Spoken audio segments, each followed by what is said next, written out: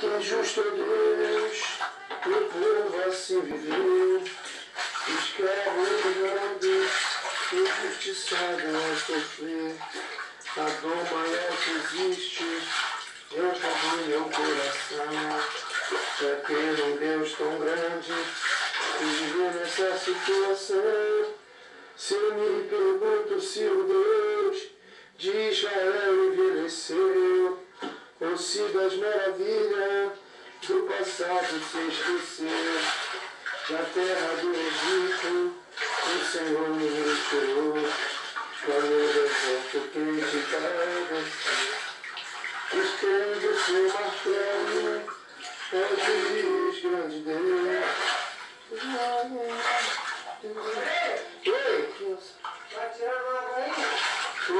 Tô filmando.